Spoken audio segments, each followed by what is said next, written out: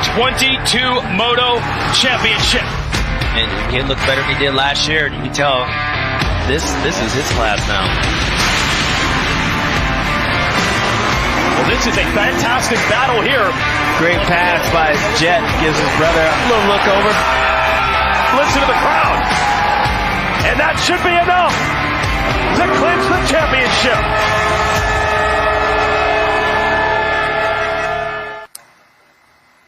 Yes, welcome to the preseason press conference for Pro Motocross 2025, all part of the SuperMotocross World Championship, which stretches from January through September.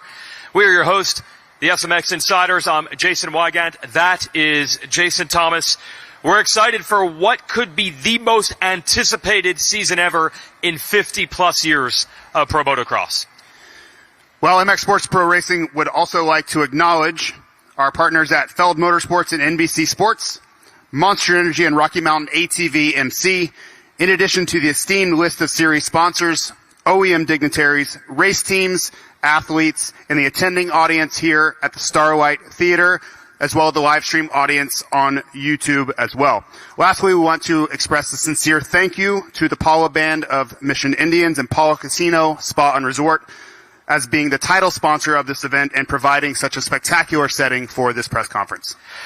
And as mentioned, this is all part of the SuperMotocross World Championship, so the anticipation for this series comes on the heels of a spectacular run through Monster Energy Supercross championships coming down to the wire in spectacular fashion, and that really sets the scene for what should be more great racing all summer long. And the Supercross side, that great racing that the athletes put on has led to record numbers of both attendance and viewership, and we'll actually give you some of the numbers to back that up.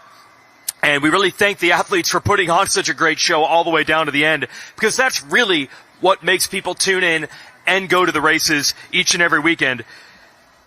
This Supercross season that just wrapped had the fourth highest attendance in the modern era. It's a little hard to compare different eras, but looking like for like, this is the fourth highest total Supercross attendance there has ever been. That is 828,796 fans across 17 rounds. And also, the Fan Fest drew almost 350,000 people as well.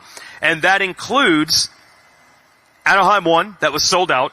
68,000 people at Arlington, Texas. That was the largest race of the year. 62,000 in Indianapolis. 58,000 in Seattle. And Pittsburgh, new to the championship after decades away. That was really the star of that 4-race stretch to the Northeast. 58,000 people. So round of applause. Huge attendance in Supercross this year. Thanks.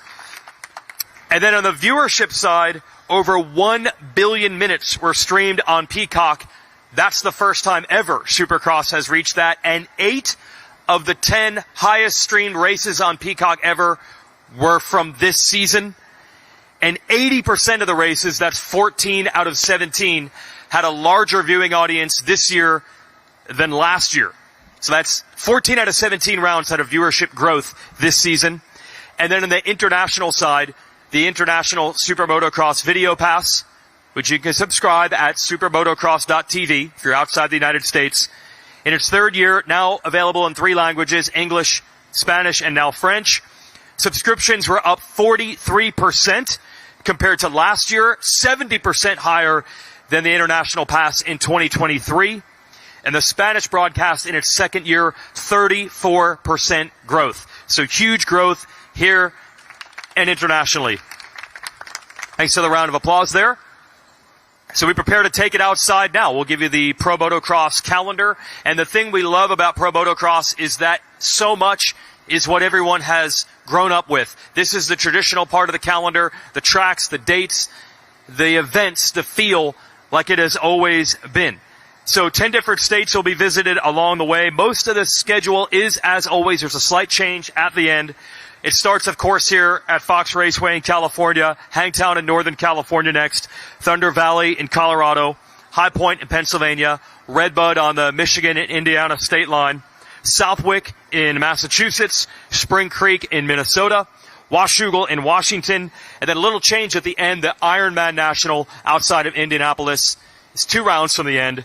Then Unadilla in upstate New York, and the series finale takes place at Budds Creek in Maryland.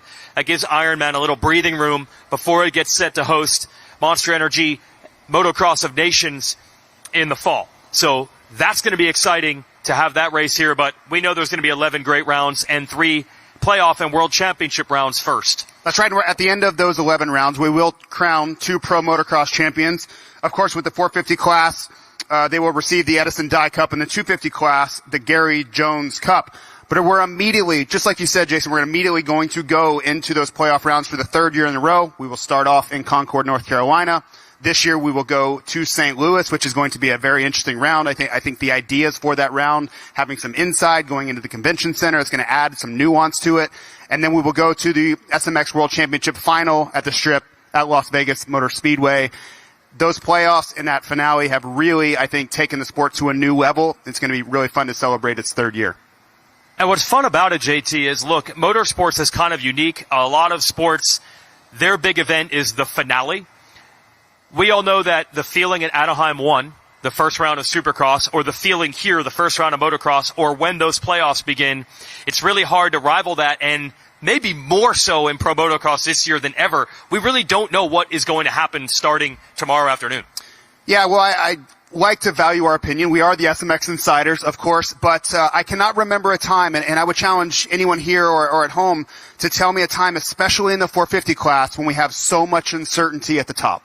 And as we get into getting able to speak to these riders, I don't think that they truly know where they stack up. So many are coming from injury. We have the defending champion, Chase Sexton, with a lot of momentum. But these other riders, they all fancy themselves to be the champion moving forward. But could they really tell you, Jason, where they're at, where their fitness is, where the motorcycle is? Are they going to be where they were, let's say, in 2024? That's what makes, I think, this opening round so special, is the uncertainty and the unpredictability that we're going to see on Saturday. Absolutely. And then we get it for a 3rd time when the playoffs with the hybrid tracks begin in September. We'll get the athletes up here in a moment. I do want to acknowledge some people who really helped make this possible, and that is the folks from the Pala Band of Mission Indians. It's actually the first time where the Pala Casino Resort and Spa is going to serve as title sponsor of the race up the road at Fox Raceway. So thanks to Robert H. Smith, that is the chairman of the Pala Band of Mission Indians, and the CEO of Pala Casino, Fred Burrow, for that. If you saw the press release announcing this deal, Robert H. Smith himself saying they're really excited about the exposure to this facility here that being title sponsor of the motocross race can help bring. So that's really cool to have that unity even at a higher level than we've ever had before. So round of applause for Mr. Smith and the entire Pala Band of Mission Indians. JT? Indeed, what a spectacular host for the opening round. And another company and representative I'd like to bring up that is such an important, integral role in the SuperMotocross World Championship. I'd like to bring up Aaron Nixon from Monster Energy.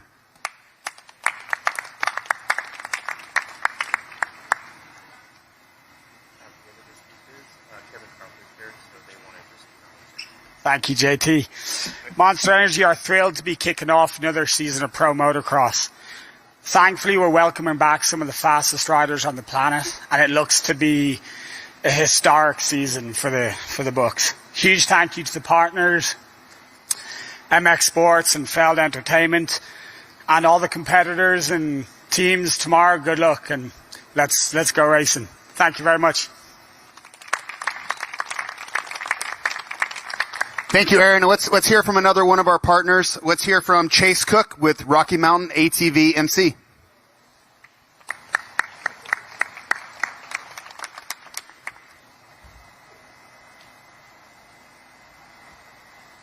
Thank you, JT. So 2025 marks 40 years that Rocky Mountain ATV MC has been in business.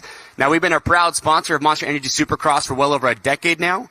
But 2025 marks the first time that we've teamed up with Pro Motocross to be an official, proud sponsor of the Motocross Series for 2025 and beyond. What's also very exciting is that this now makes Rocky Mountain a sponsor for all 31 rounds of the Super Motocross World Championship. We're very excited for that. Continuing for the Pro Motocross season, we will be the official fantasy sponsor of Pro Motocross. It's a free fantasy game to play where we do weekly prizes, grand prizes at the end of the year, as well as fantasy cash that players can win and spend on Rocky Mountain's website. Now, we all realize that a lot of the riders here that you're going to see today will probably tell you that they're currently living or have reached their dreams when it comes to racing a dirt bike. But we also understand there's a lot of riders this weekend that are still chasing that dream. And so what we're continuing is the privateer payout that we did during Supercross, which means that every single week a sponsored featured 450 rider will be selected, and they will be given $2,000 from Rocky Mountain ATVMC and be able to showcase who they are, where they're from, and give a little bit of their background story. We're incredibly proud and grateful for this opportunity to be a proud sponsor of the 2025 Pro Motocross Series, shaping up to be one of the best we've ever seen. We're happy to be a part of it. Thank you. Thanks, Chase. Yeah, great to have Rocky Mountain ATVMC on board. And really what you see when we get to host these press conferences a couple times a year is the coming together of all the industry partners, the sponsors. It's great to have the Palo Casino on board as a title sponsor and hosting. And of course, what SuperMotocross represents, which is Feld Motorsports and MX Sports Pro Racing working together, and the AMA. And that is what has allowed this sport to really elevate. When we mention those viewership numbers and those attendance numbers, I want to give a shout out to AMA Pro Racing. Kevin Crowther is here. A round of applause for the AMA and everything they do behind the scenes.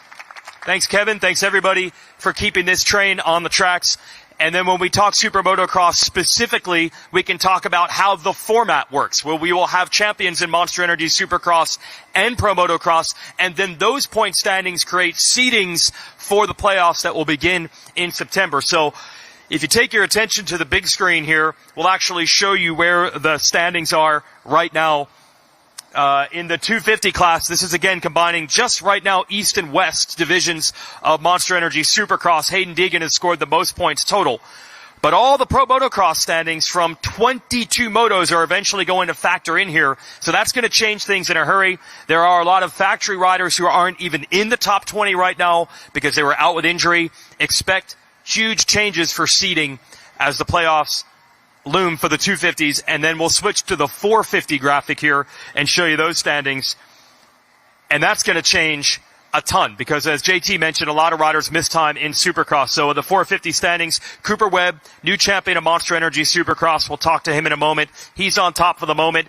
But look at the back half of the top 10. You're talking huge names like Eli Tomac, currently ranked 16th. Jet Lawrence, currently ranked 18th. I believe Hunter Lawrence is on the outside looking in to just get into the playoffs. Now that will change once they log motos, but it shows a championship within a championship. There's just that much more for the fans to watch. So that's an exciting element that these 22 motos will lead us to. Those are the SMX standings. Just want to acknowledge the broadcast package for a moment here. A couple other cool accolades that just came in for the SuperMotocross television package for the SMX League. And that is the Telly Awards. 2 awards actually just in. JT and I, we get more trophies on our shelf to brag about to our friends who don't want to acknowledge our greatness. There's a silver award for general television sports category. That was for the SMX World Championship season preview show, which actually aired over the holidays in December on NBC. That was really cool to have that professional sports broadcast feel in a studio to tease this upcoming season, a silver Telly Award for that, and also in the television directing category, specifically for the Monster Energy Supercross race from Detroit. So that is great to have this sport honored amongst all sports with Telly Awards, 2 of them this year. So round of applause for that.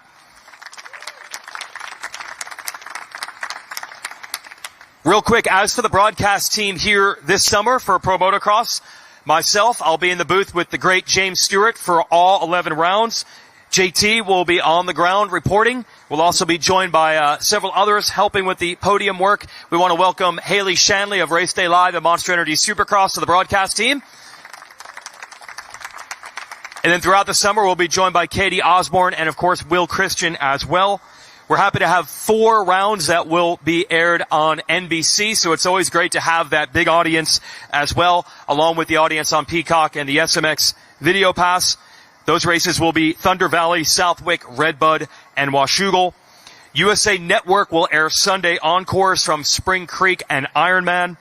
And then Race Day Live does continue into Pro Motocross with an hour of coverage of qualifying starting at 10 o'clock local time each weekend. And then JT could talk about that international video pass again. Yeah, no doubt this has been a landmark year for the SMX Video Pass.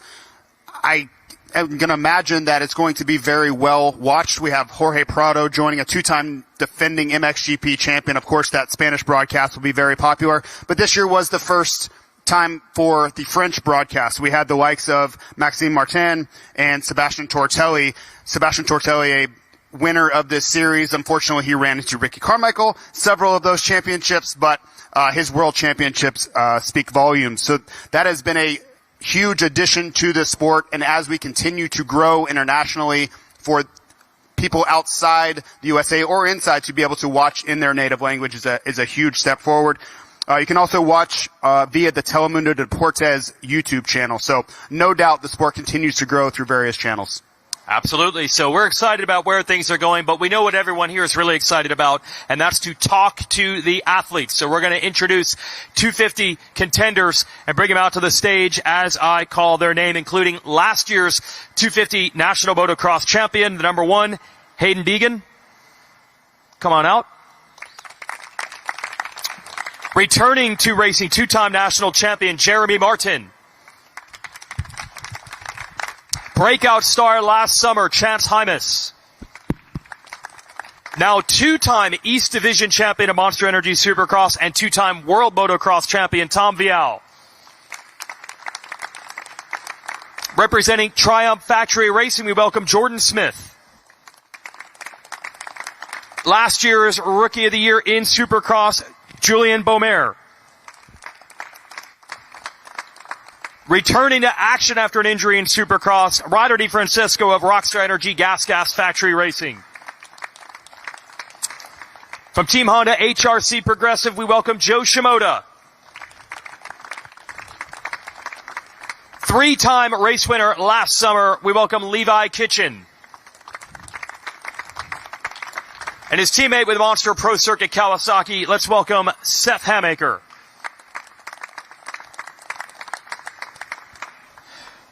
That's our panel. JT is going to be out with the microphone to take audience questions, but I'll handle one up here. This is what I'm most curious. I'm going to go to Jeremy Martin right here in the middle. Where did this come from? Where did this idea come from? A month ago, we didn't even know you would race. It came in Pittsburgh. You know, I was there chauffeuring around my VIPs, doing the host gig there, and Bobby approached me and he said, "What are you doing, J-Mart?" And I was just like, "Hey, I just, bought a KX450, and I'm just going to do the Millville National, and then that'll be kind of my farewell." And he just said, "Come ride the bike," and came and rode the bike, and had a great day. I jumped in with Thrasher. I did a warm-up and 2 30-minute motos, and then was training for a marathon. So I ran afterwards, and then next thing you know, they said, "Come on back next week," and next thing you know, here we are. Is the marathon on hold for the summer now? Yeah, it was last weekend. Alex and I were going to go head-to-head on that, and then I was like, you know what, if I bury myself trying to, do a 2:45 marathon, I don't think I'm going to be on good form for this weekend, so that'll have to wait. Okay. We'll open it up to the media. Great to have you back. Kellen Brower with Swap Moto Live. I'll go to Hayden on this one. For you talked in Supercross about how important it was to hit the podium each week en route to a championship. Now that you've won this championship before, what kind of goal do you set for yourself coming into this? Yeah, I think just same thing as last year. I was pretty consistent and outraced everybody at the end of the race. 30 minutes in, I don't get tired, so that's how it'll be this year as well, and we'll just keep doing that.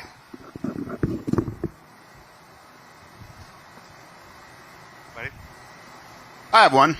Chance Hymas, you've talked a lot this Monster Energy Supercross season about the focus has been on this summer. Can you tell us kind of when you made the transition, your focus during the week, your practicing during the week to try to prepare for this opening round here at Paula?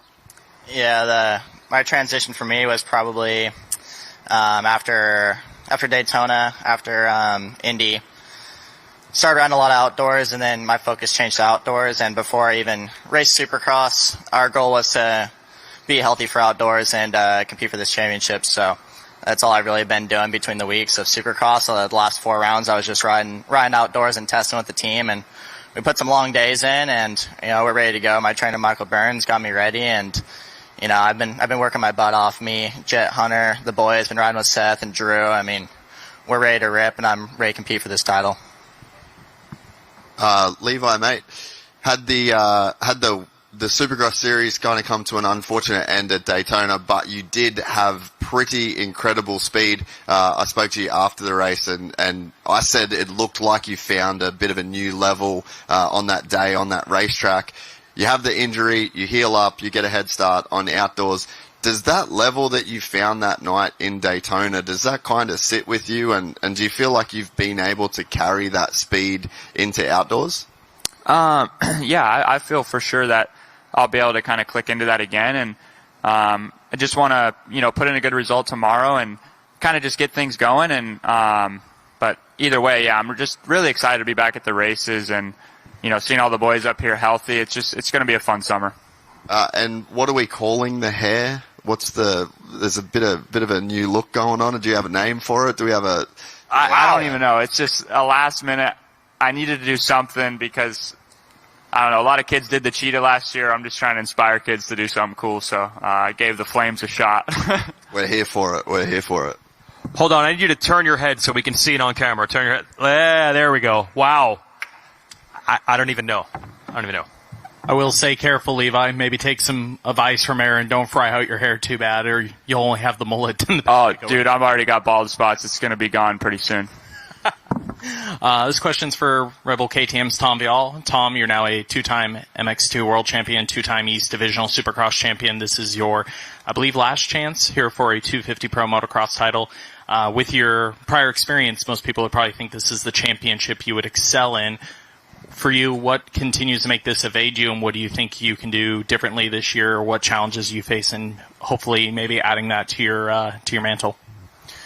Yeah, this is gonna be my last 250 outdoor season, so I'm really focused and really motivated. It's like you said, it's pretty much the only championships I miss in 250. So it's gonna be a goal to fight for it all summer. Last year we finished second, so I feel like a lot of mistake last year. I've been fighting Aiden, but a little bit too far away in points of the championship. So this year the goal is to be a lot closer.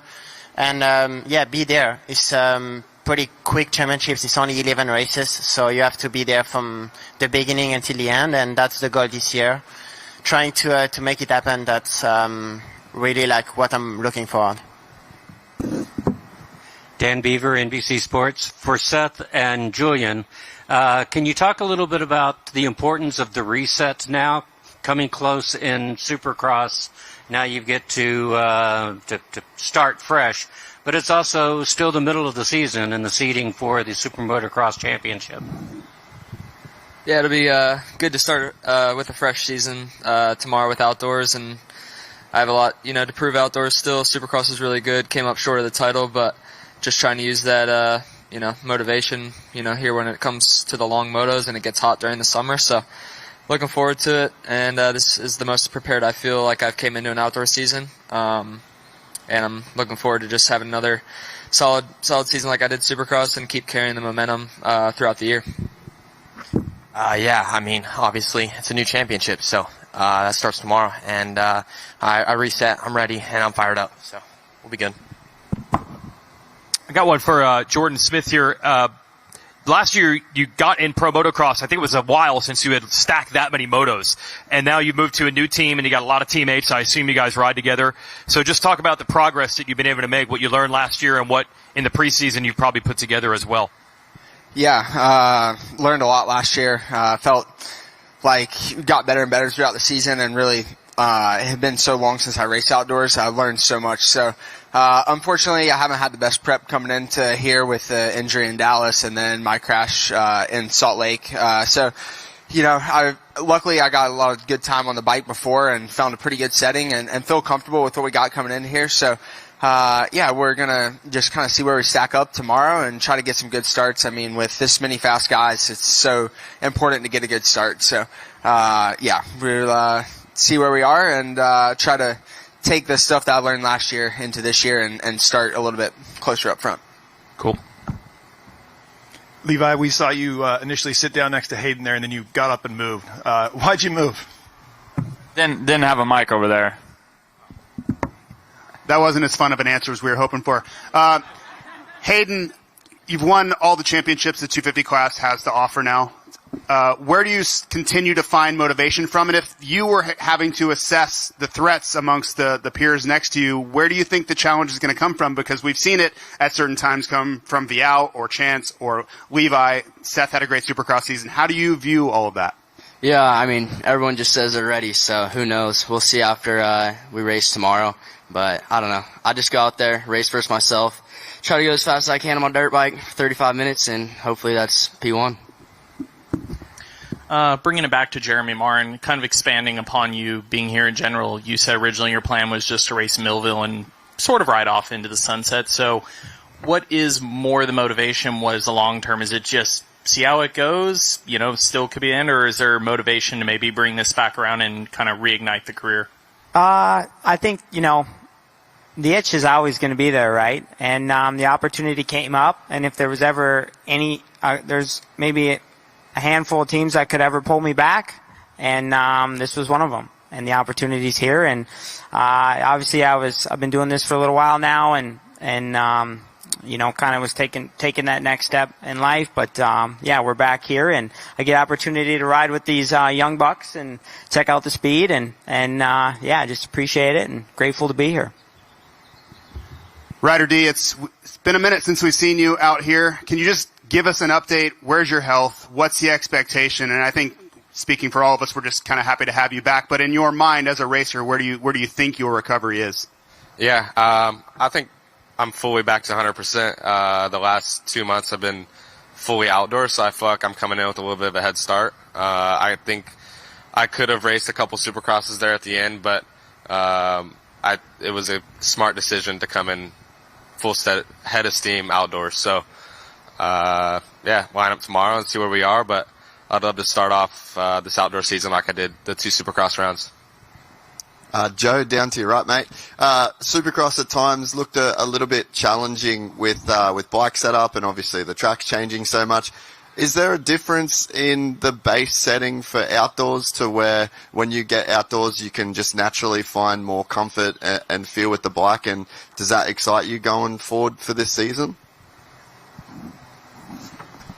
No, it's like, I don't know, mostly, I have to deal with the finger injury, so that's a lot to do with me, and now I'm back to 100%. I can hang on for 30 minutes, so it's really exciting for me to start everything new, so yeah, ready.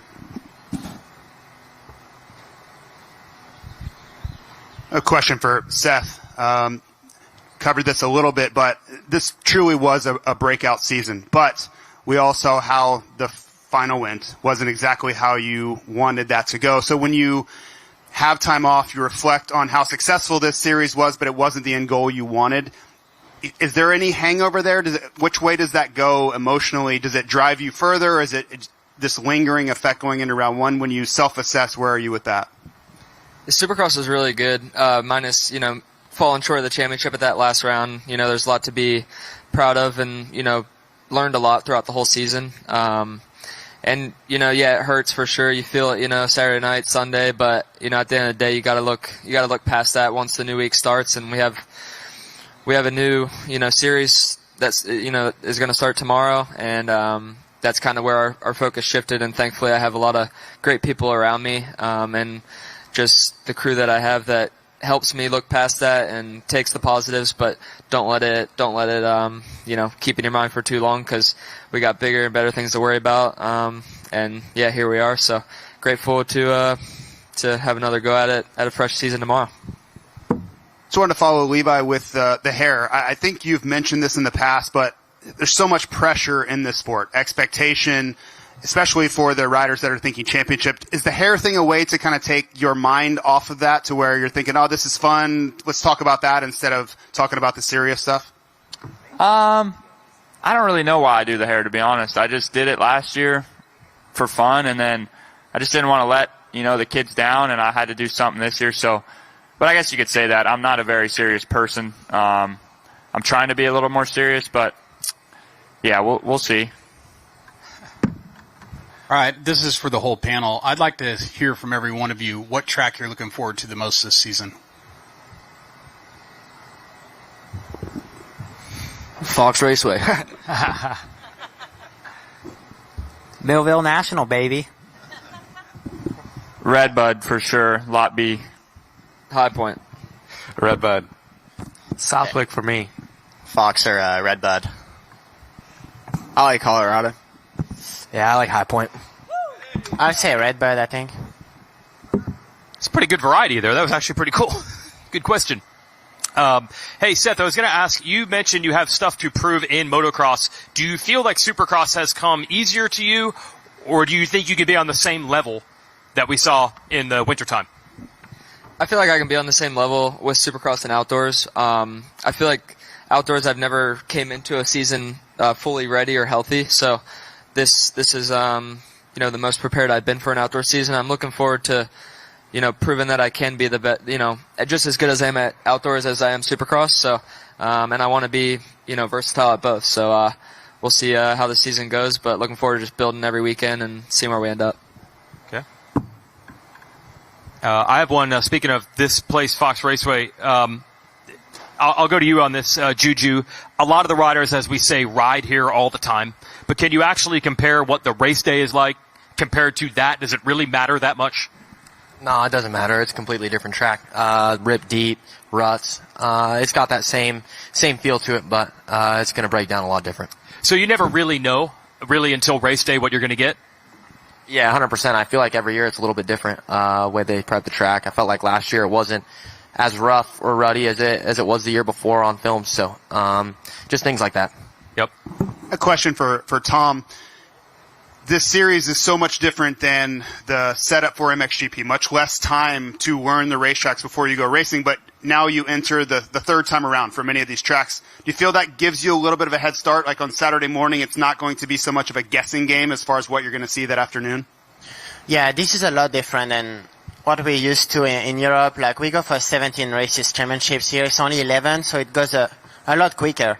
And I feel like the first 3-4 races, you need to be right there to fight for the championships. So, yeah, I think this is my third season, so I know the track. I know it goes so quick in the morning. Like, you need to be ready for the first few laps to get a good time, and then get ready for the moto. I know pretty much how the track should be and develop, like the ruts and the bumps. So, yeah, I feel a lot more ready than I was, especially the first year, and I feel like a little bit better than last year. So, yeah, a little bit more confident. I feel like every year, knowing how the day is gonna be, and that's pretty good. Tom, I'll just keep it with you if that's all right. With all that being said, we have a two-time world champion joining us this year in the 450 class, making his debut this weekend. Can you speak to maybe the challenges that Jorge is going to face? And you've obviously spent a lot of time around him. You've made the transition yourself. What are your expectations for Prado this season, and what's going to be some of his biggest challenges? And do you think that he's got what it takes to overcome those? I think first, he got hurt in the shoulder, so I don't really know if he's 100%. So I can't really say and what to expect because I don't know. Let's say he is 100%. Yeah, if he is, I think it's. I mean, the speed we all know is one of the best. It's really good. The only thing is the track and getting used in the morning. Like I said, the morning goes super quick in the practice. It's only 15 minutes, but you only get 2 or 3 laps, maybe a good lap time. So it goes quick, and I feel like I was myself struggling a lot the first year to get used to the track, and I feel like he's gonna struggle learning the track, but he has a lot more experience racing. Like he has been racing 4 years more than me in Europe. So I feel like racing more outdoor can help him a lot. But we will see. He has been tough for me, so we will see. I hope he do good. Honestly, I hope he do good. So yeah, like I said, it's so hard to say and to put a result. There's a lot of good guys in the 450, so I think it'll be good, to be honest. And I'll just asked the whole panel to do just a little bit of bench racing on this 450 class, maybe some title predictions or parlor predictions for you guys, because this is one of maybe the craziest seasons that we've ever had in the 450 class in terms of the riders that are going to be racing, guys coming back from injuries, guys that are at the prime of their career, world champions coming over. Maybe some thoughts from each of you guys on this 450 class this year. I think it is nice that all the best guys may be racing here in the US. There's a lot of good guys in the 450. Like I just said, it's the first race of the year, so we haven't seen anyone riding yet. So it's hard to say who is going to be ready and win the title. I feel like I've been riding the last 2 weeks with Chase, and he's riding really good. So I'll go with Chase, I think. Yeah, I mean, I ride with Jet and Hunter every day, and just being with them, and obviously, Chase is going to be really good, and Jorge coming in, he's a multi-time champion, so you almost got to assume he's going to be good as well. But I'll take Jet and Hunter over them every day, especially watching Jet this last week. I mean, Jet's looking like Jet as per usual, so my bet's always on Jet. I'll have a championship answer tomorrow after the second moto. Probably the best answer. I got one more for you, Hayden. I think you said this is your favorite track. I think we forget. This is a home race. There's so much attention on you living in Florida, training in Florida. You're from Temecula. How far away did you grow up from here, and do you get to go to your old house when we race here? Yeah, I grew up in Temecula, so I was like 20 minutes from here. This is my hometown track. Feels like home when I race here, so I love it, and this is my favorite outdoor track, definitely. A lot of people don't agree with that, but I do. It's one of my favorites, and yeah, hopefully we can go pit on for the hometown crowd. Do you swing by the compound when you're out here? Oh yeah, they sold that. They made some good money off that, so they got to get rid of it. Okay, all right, hometown race. All right, that round of applause for our 250 contenders. Thanks, everybody.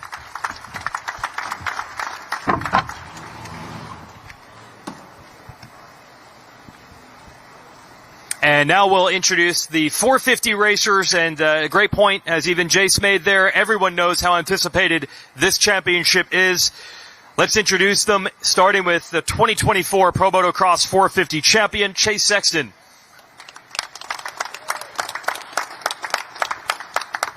We might have a traffic jam back there with 12 riders leaving and 12 riders coming back out. Thank you. And the new and once again champion of Monster Energy AMA Supercross. Let's welcome Cooper Webb.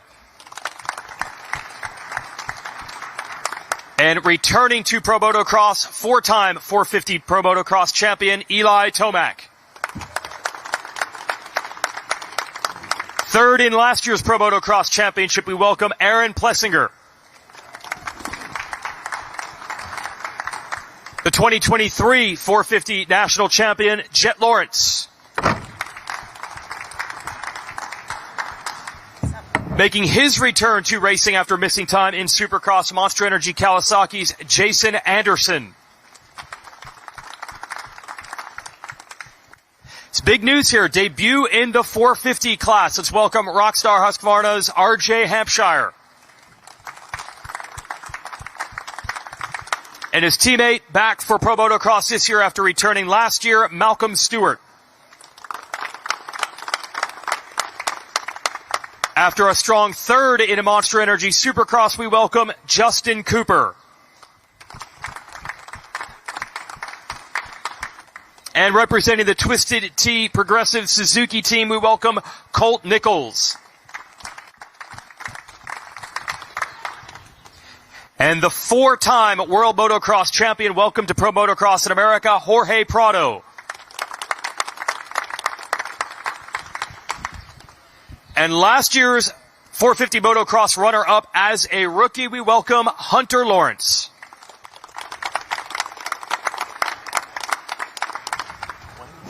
Okay, I'll ask the first one. I could ask the same question for about half of our panel. I'll just pick Eli Tomac first. Coming back from an injury, how's the prep? Well, I think it's good, but we'll find out tomorrow, that's for sure. It's good enough. I was almost considering Supercross, but I was like, well, it's just better to stick to motocross. So it's been good. Yeah, I'm ready. it's interesting. You riders are usually in such a rush with that tiny break between Supercross and Motocross. Is there a chance you actually have a little more prep than you normally would if you had just raced 2 weeks ago? Yeah. I mean, of course, with there only being a weekend off between Supercross, it's always a crunch. But for just pure motocross, I've never had this much time, so no excuses. All right. Questions? Jet, I'm just going to go to you, mate. It's been a bit of a tumultuous couple of years, some untimely injuries, and then you've kind of been getting dragged through some legal issues with your former agent. Some stuff came out this week. Do you have any kind of maybe formal statement around the current situation that you're unfortunately dealing with? Yeah, first of all, I just want to say I'm deeply sorry for any hurt that I've caused, and yeah, it's been a tough year, but I take full accountability for my inappropriate language, and I've used inappropriate language in casual conversations with friends, and that's just not acceptable. I can't hide really behind the immaturity anymore. I need to work on becoming a better person, and I just really hope everyone can kind of accept my apology. And yeah, as most of you know, I'm going through a legal matter right now, and I'm going to leave that up to the lawyers to deal with. But I just want to take this time to apologize to the sport for the distraction we've caused. We're approaching likely the greatest motocross season in recent memory, and I just am super excited to be on the bike, to be able to race, and just more excited that I get to line up tomorrow. I just got to give credit to Dr. Kramer, Dr. G, Johnny O and Berner for getting me back in time to race. So just thank you to them, and sorry to everyone. We might keep there on this season, and maybe just a bit of bench racing for yourself. You're sitting up there with an incredibly stacked field of superstars in this sport. Maybe just some thoughts on how this season could potentially go. For as far as I could see, I definitely know there's going to be some great battles. As you said, we have a lot of big names and great races from obviously Jorge in Europe, Ryan Outdoors. I don't think I've really gotten to racing him yet besides this nation. So excited versus him. Obviously Eli's back as well, and obviously Chase for defending last year's championship, and many more names that can throw in a little teaser and get in the battle. So I'm super excited, and just to be back out there racing and put a Honda back out there, and hopefully we can just keep up with all the lads. Let's go to Eli Tomac. Eli, there was a press release at the beginning of this year that stated this would be your final full season. So initially coming into Pro Motocross, I think a lot of us figured it might be one of the last times we get to see you race some of these iconic tracks. As of recently, it sounds like you may have a different frame of mind going forward. So basically my simple question is, can you confirm if this will in fact not be your final Fox Raceway National? Yeah, most of the time I like being a man of my word, but I haven't been that for deciding on when the end is for racing dirt bikes. I'm going to continue racing, and we're currently trying to work out deals right now. I said I was done, and I've kind of had these weird little injuries in Supercross, and honestly it has extended my career and extended my ambition for racing. Outside of the injuries, can you comment on, I guess, for anybody that gets to your point in your career, why it gets that little bit harder to walk away each year?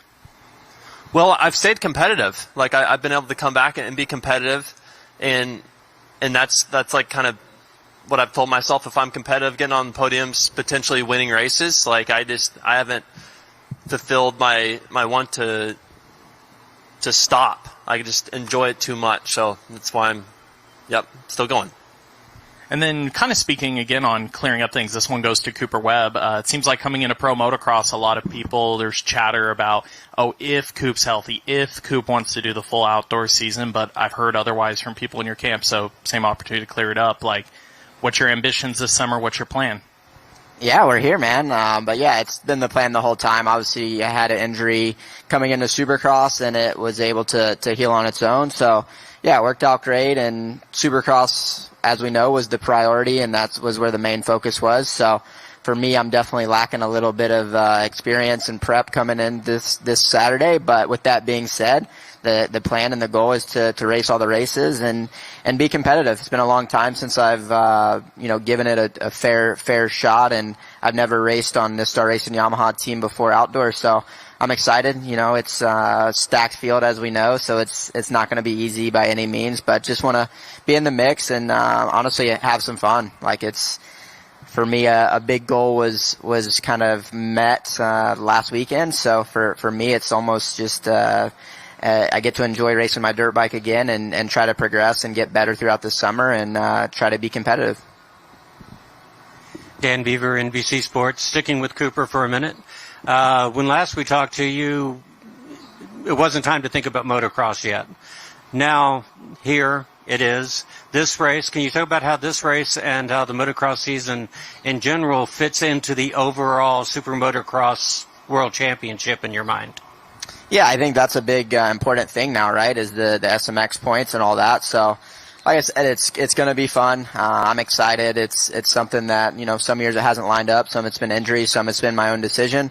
But this year I'm excited, man. I get to race these great guys, and I feel from a fitness standpoint I'm still in great shape, and we've been having some good test days, and I'm excited to learn. I have two great teammates here that I'm sure I'll learn from and get better. But yeah, it's gonna be something where hopefully it can put me in a good contention for later in the year when it comes to those SMX playoffs. And if I can come up there top 3, then that gives me a chance to position myself for that championship. So that's part of it. And like I said, it's been 4 years since I've done a full season, so just kind of have the rookie feels again, getting the feet wet and see where we stack up. And for Chase, can you talk about the importance of the reset now? So close, pushed it all the way to the end. Now you get a chance to start over. And between you and Jet, you're the only ones that have been winning recently overalls here in motocross. Could you speak to that? Yeah, I'm excited to restart. I feel like every year the break from outdoors or from Supercross to outdoors gets shorter.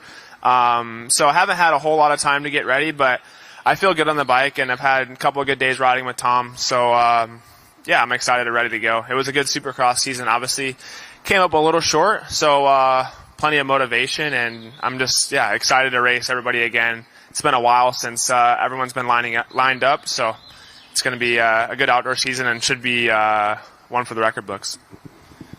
Hunter, if you look back over the past 3-4 years, every year you've taken big steps. 22, 23, 24. It's been continuous improvement no matter which class, no matter who you're racing against. This year you're coming off an injury, but do you think there's an opportunity to take a step again? I'm not sure where you go from battling for the championship, but it just has been continuous improvement. Do you feel like there's more left to go? Yeah, I sure hope so. We've put in a lot of work, obviously coming back from injury. Everyone knows it's not like you have any time off or you just cram your schedule with even more.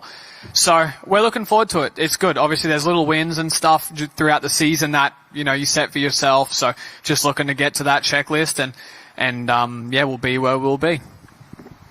Jean Turner with Dirt Bike Magazine. My question is for Jason Anderson. Welcome back, first of all. What can you tell us about the last couple weeks of what you've been up to?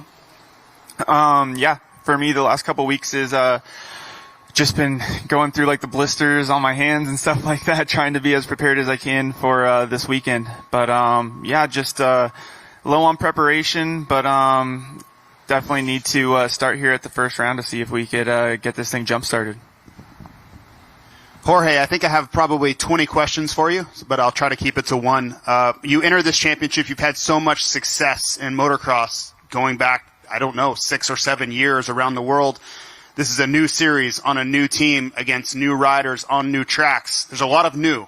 So how do you square that? Where do you put your expectation versus understanding that you're going to have to be learning along the way too? Just mentally, how do you prepare yourself for that task?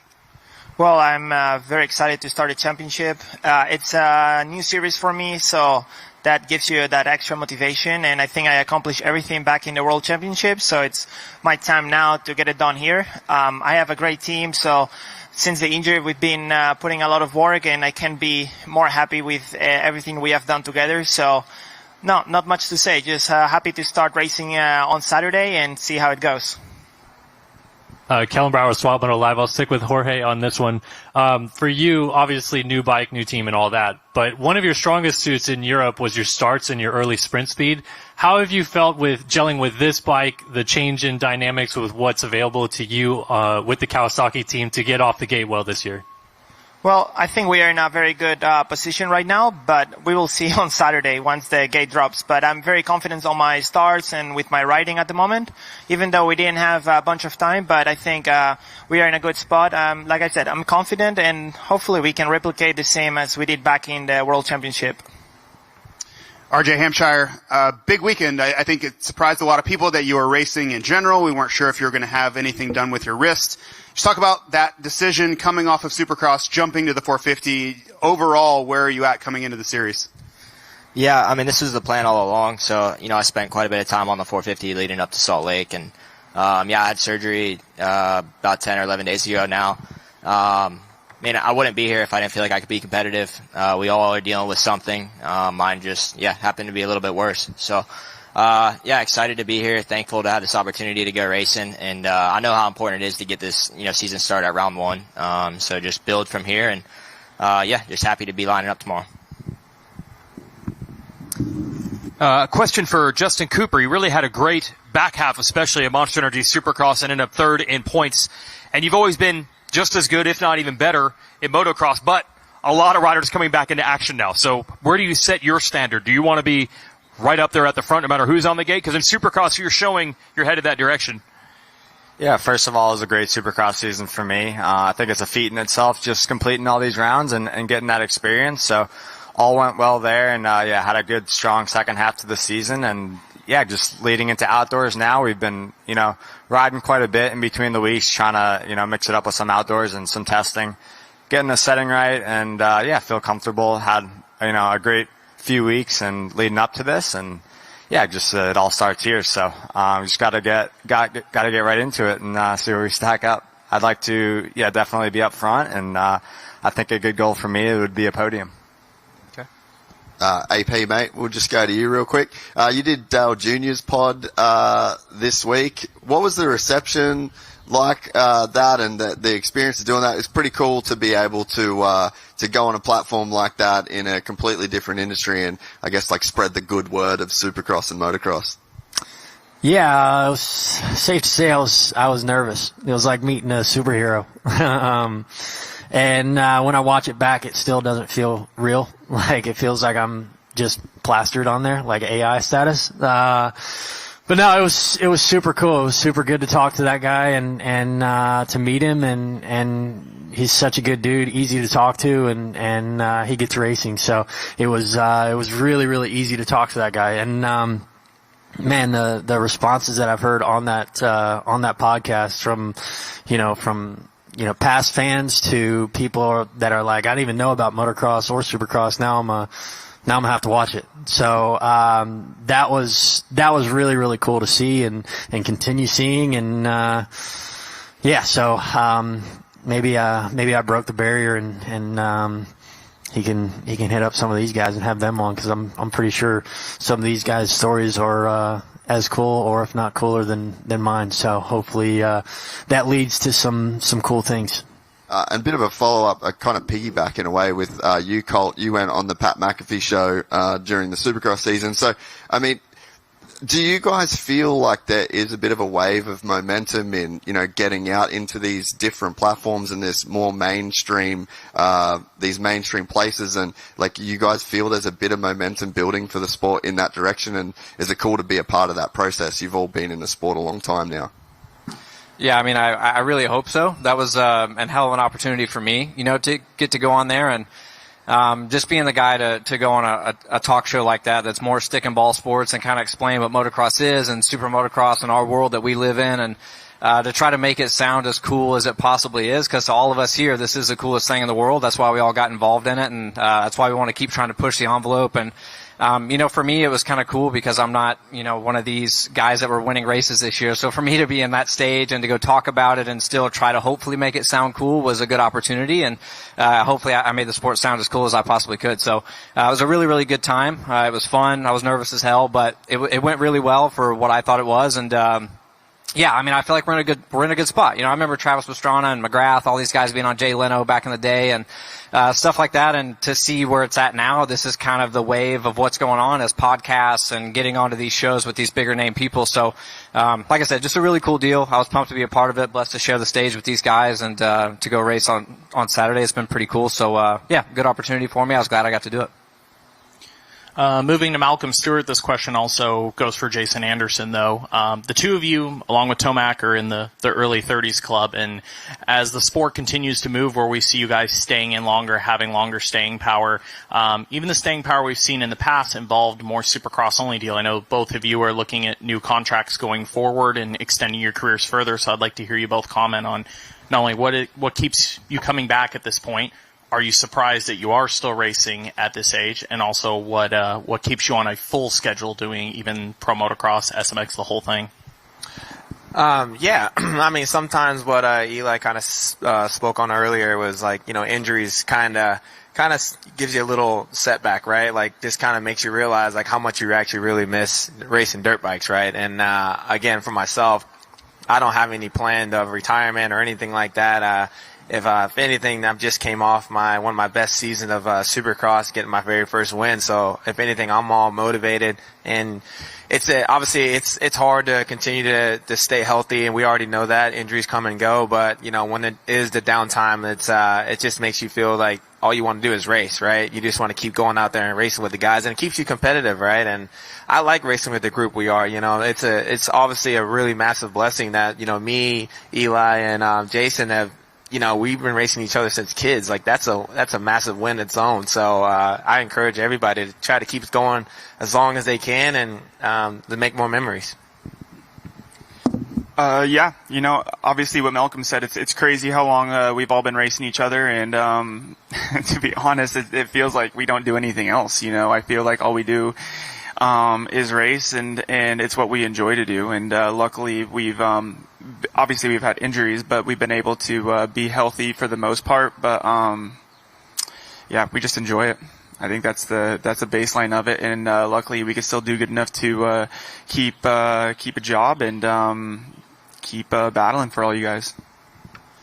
Jet, let's go back in the time machine to September of last year, and I think many of us on the broadcast team were thinking about your injury, and it seemed really early. You hadn't ridden a lot. We didn't really know what to expect, so all of us were very patient in what our expectations were for you at the first playoff round, and then you came out and exceeded all of those. So, selfishly, so I don't look foolish again when I make predictions going into tomorrow, can you compare where that was coming off an injury, how you felt then versus how you feel now? Because all I'm trying to do is figure out where you're going to finish tomorrow via your answer.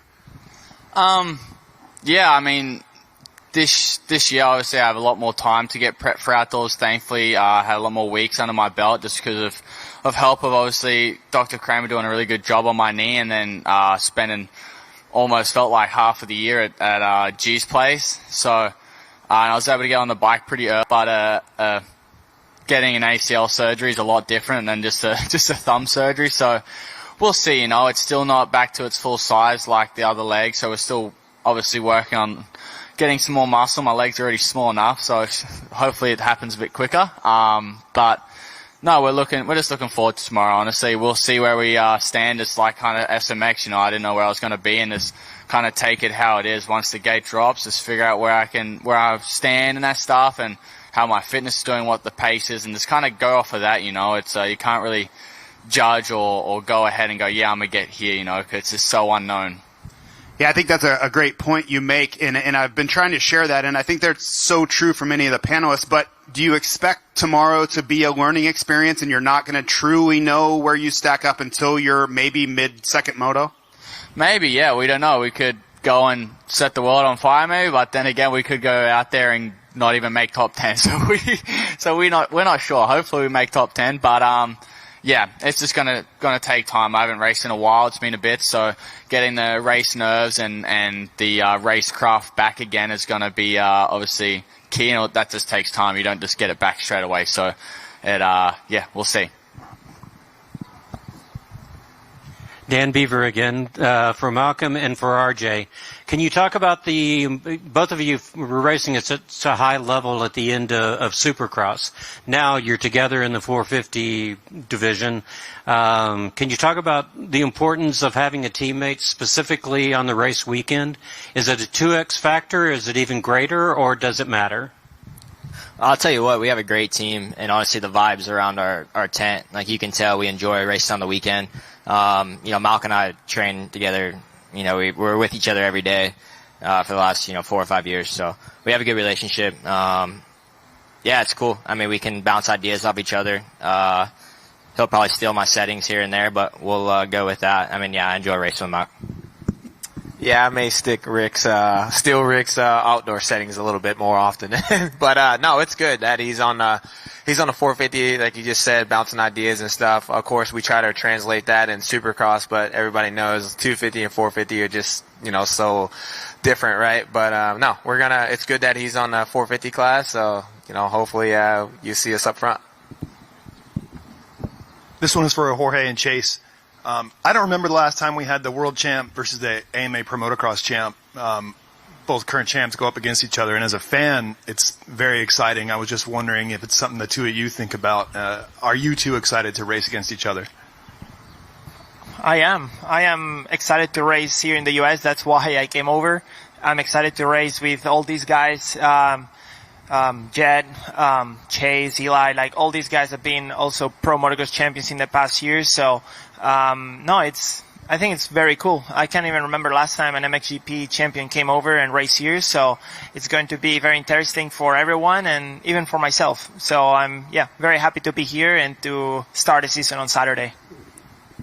For me, it's cool. I think, seeing Jorge come over here and take the chance is, it just shows a lot about him. So I think it'd be cool to have more guys come over and really see the best of the best race each other, because you have two series that are separate and you really never know who's better and who's worse. So I think it's cool that you have these guys starting to come over here, and vice versa. Like even us going over there a little bit would be cool. So I think having those two worlds collide a little bit more would be cool. And like I said, to see the best of the best race each other.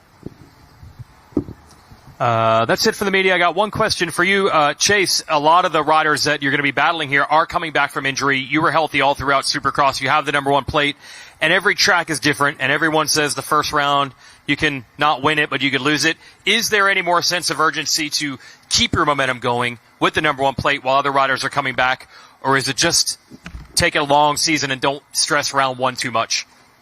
I won Anaheim 1 and didn't win the championship, so I don't think it really matters as long as you don't ruin it on the first round. Like I said, I'm confident, so I'm not really worried about the momentum thing. I just got to go out there and do the best that I can, and we're still, everyone's testing throughout the season, so we'll see where we stack up tomorrow with the bike. But as of right now, I feel good, and like I said, I had some good days on outdoors, so I'm looking forward to the challenge. And it's just like I said, it's cool to see everybody back on the line, and that's what we strive for. So I'm excited. Okay. That's our 450 panel. Big round of applause. Thanks, gentlemen. Okay, not done with press day. The press conference is pretty much a wrap, but the riders will be at the track riding at 2 o'clock. They will be available for some one-on-one time within this next hour here. So within the next hour till about 1 o'clock, one-on-one time. And lunch is available at the AB bar. So you know where you can find me. And that's it for our press conference portion, but don't forget riding at the track 2 o'clock. And also WMX will be racing this afternoon, so check that out once we head over that direction. Thank you.